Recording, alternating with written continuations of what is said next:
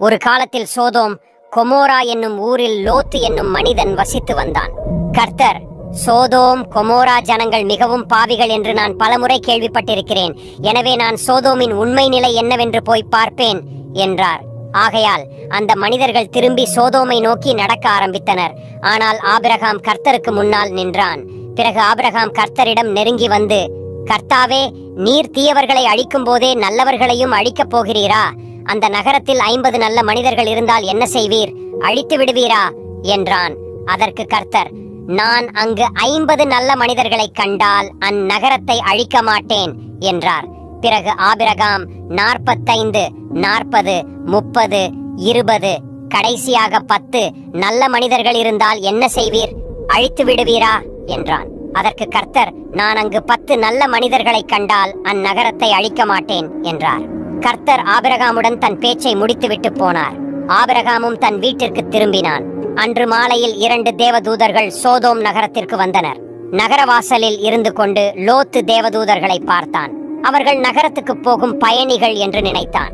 அவன் எழுந்து அவர்களிடம் சென்று தரையில் குனிந்து வணங்கினான். பின்பு அவர்களை தன் வீட்டிற்கு வருமாறு அவர்களை வற்புறுத்தினான்.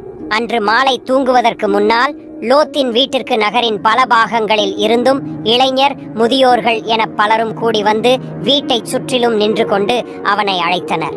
லோத்து வெளியே வந்து வீட்டின் கதவை அடைத்துக் கொண்டான். லோத்து அவர்களிடம், நண்பர்களே, வேண்டாம், உங்களை கெஞ்சி கேட்டுக்கொள்கிறேன், இந்த கெட்ட செயல்களை செய்ய வேண்டாம் என்றான். ஆனால் லோத்தின் வீட்டிற்குள் இருந்த இருவரும் கதவை திறந்து லோத்தை வீட்டிற்குள் இழுத்து கதவை மூடிக்கொண்டனர். பிறகு அவர்கள் கதவுக்கு வெளியே இருந்த இளைஞர்களும் முதியவர்களும் தங்கள் பார்வையை இழக்கும்படி செய்தனர். எனவே அவர்களால் கதவு இருக்கும் இடத்தை கண்டுபிடிக்க முடியவில்லை. அந்த இருவரும் லோத்திடம், உன் குடும்பத்தில் உள்ளவர்களில் யாராவது இந்த நகரத்தில் இருக்கிறார்களா?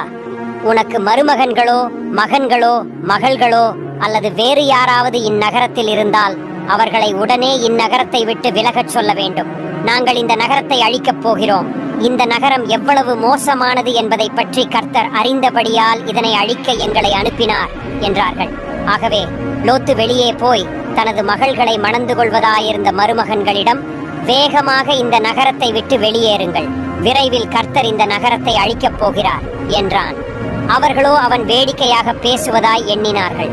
அடுத்த நாள் காலையில் தேவதூதர்கள் லோத்தை வெளியேற விரைவுபடுத்தினார்கள்.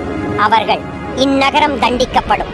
எனவே உனது மனைவியையும் 2 பெண்களையும் இன்னும் உன்னோடு வருகிறவர்களையும் அழைத்துக் கொண்டு இந்த இடத்தை விட்டு விலகிப்போ. அவ்வாறு செய்தால் நீ இந்நகரத்தோடு அழியா